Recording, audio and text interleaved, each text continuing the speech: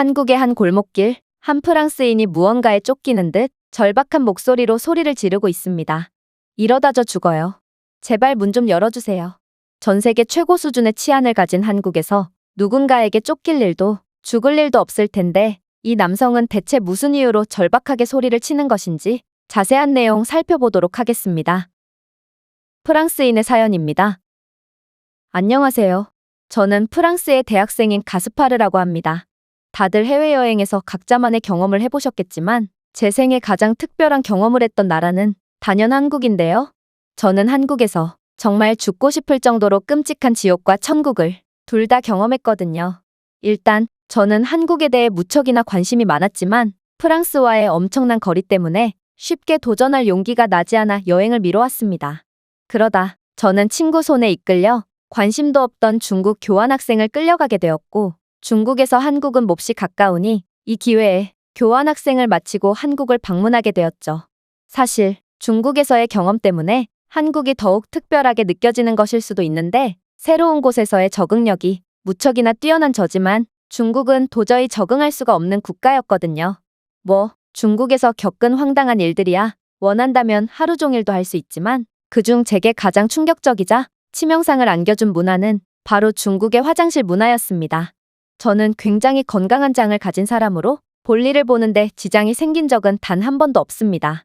그러나 중국에서는 입국 첫날부터 문제가 생기고 말았는데요. 새로 다닐 학교로 가던 중에 저는 어떤 식당에서 밥을 먹게 되었고 자극적인 중국 음식 탓에 저는 곧바로 화장실에 가게 되었죠. 그런데 여기서 저는 엄청난 충격을 받았는데 중국 화장실은 칸막이나 별도의 문이 존재하지 않았고 그저 옛날 재래식 변기만 줄줄이 놓여 있었거든요.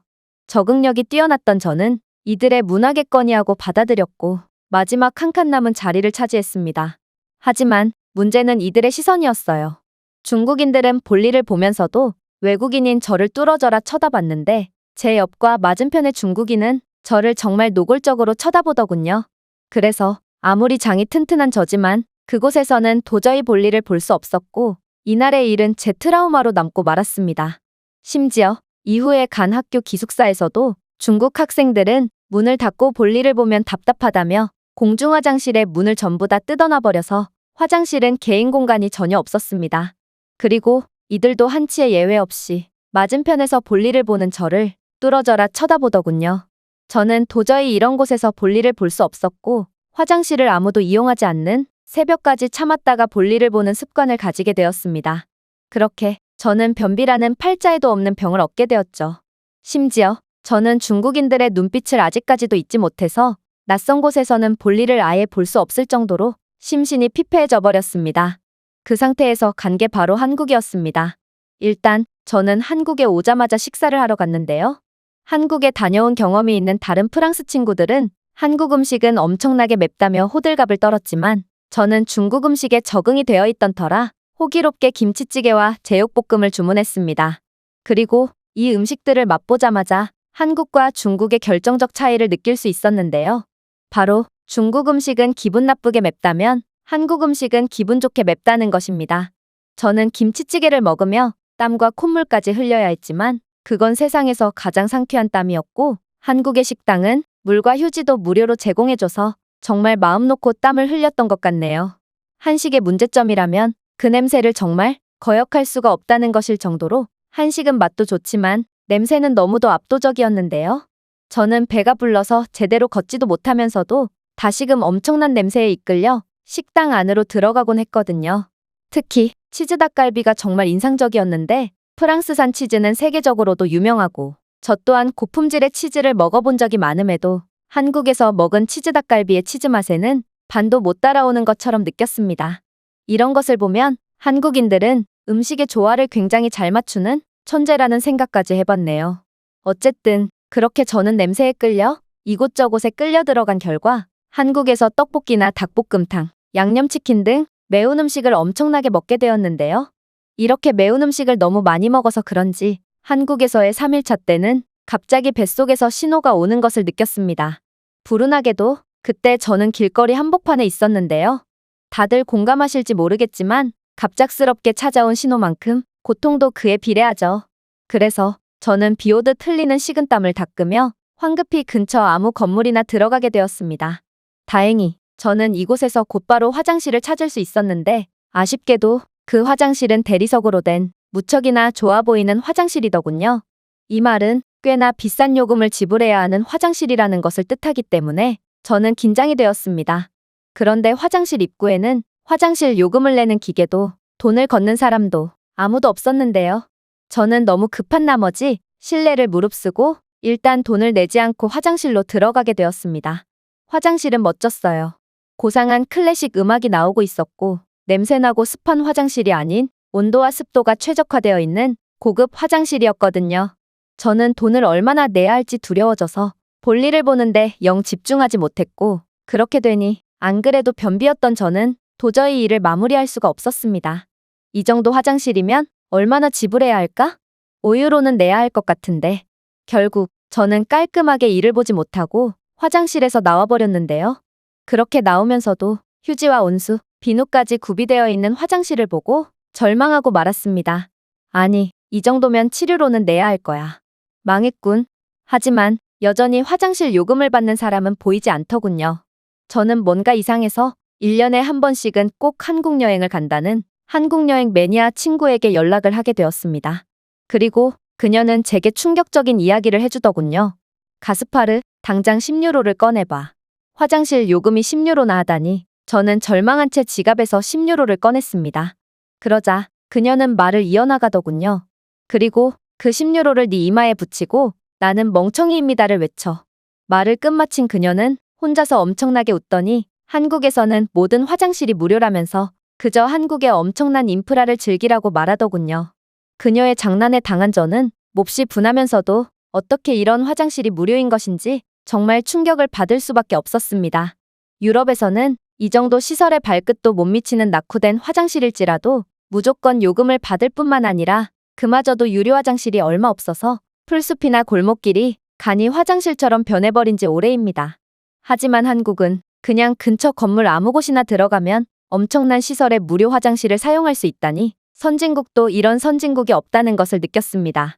어쨌든 유럽이나 중국과는 수준이 다른 한국에 감탄을 하며 저는 제 일정을 다시 시작했는데요. 그런데 그렇게 길을 걸은 지 20분도 안 됐을 때 다시금 엄청난 고통이 찾아오더군요.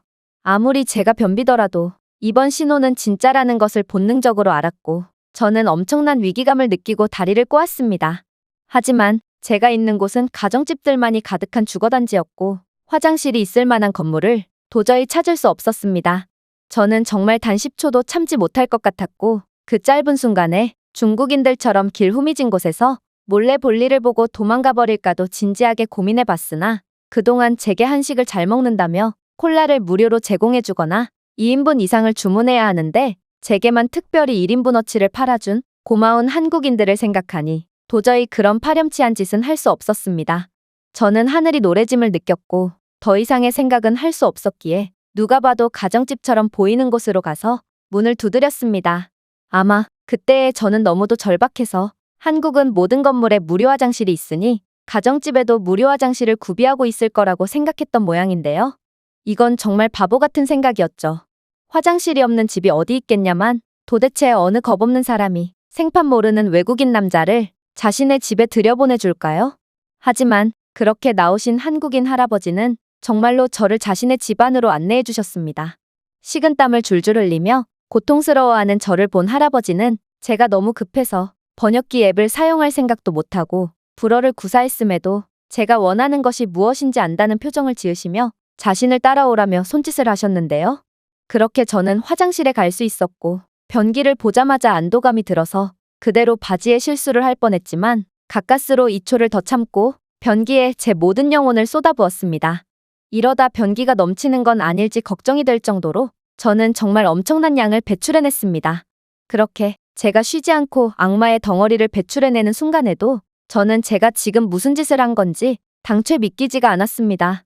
그리고 이 할아버지는 생판 처음 보는 저를 뭘 믿고 들여보내준 건지 정말 한국인들이 이해가 안 되면서도 너무나도 감사하더라고요. 만약 프랑스에서 일했으면 집주인은 곧장 물을 떠와서 그대로 끼얹어 버렸을 겁니다. 이건 범죄와도 연관이 있기 때문에 굉장히 무례한 질문이거든요. 어쨌든 그렇게 체중의 3kg은 빠진 느낌이 들 정도로 모든 것을 비워낸 저는 화장실에서 나오자마자 한국인 할아버지께 무릎까지 꿇으며 감사를 표했습니다. 그리고 할아버지의 부인으로 보이는 할머니께서는 저를 보고 엄청나게 웃으시며 콜라 한 잔을 따라주시며 어깨를 토닥여 주셨죠. 왜 콜라를 주셨는지는 모르겠지만 저는 감사히 마시고 할아버지 부부의 댁에서 나오게 되었습니다. 그리고 정말 웃기게도 이날 이후로 저는 변비를 치료할 수 있었는데 한국에서는 고급 화장실이 무료라는 것을 안 저는 질리도록 화장실을 이용했고 최적의 온도에 클래식 음악까지 나오는 화장실에서 마음이 편해진 저는 중국에서의 트라우마를 완전히 극복할 수 있게 되었거든요. 그렇게 한국에 있는 동안 변비는 점점 나아졌고 프랑스로 돌아온 지금 저는 중국에서 얻은 마음의 병을 완전히 극복했고 이내 변비까지 완치할 수 있었습니다. 제게 기적을 선물해준 한국에 너무나도 감사하면서도 어째서 제 주변에 한국을 안 가본 친구는 있어도 한 번만 가는 친구는 없는지 그 이유를 깨달을 수 있었습니다. 이 외국인의 글은 여기까지입니다. 한국에서 엄청난 위기를 극복했던 프랑스인의 사연이었습니다. 제가 준비해온 내용은 여기까지입니다. 끝까지 시청해주셔서 진심으로 감사드리며 여러분들의 구독과 좋아요, 알림 설정은 영상 제작에 큰 힘이 됩니다. 이상 세모튜브였습니다.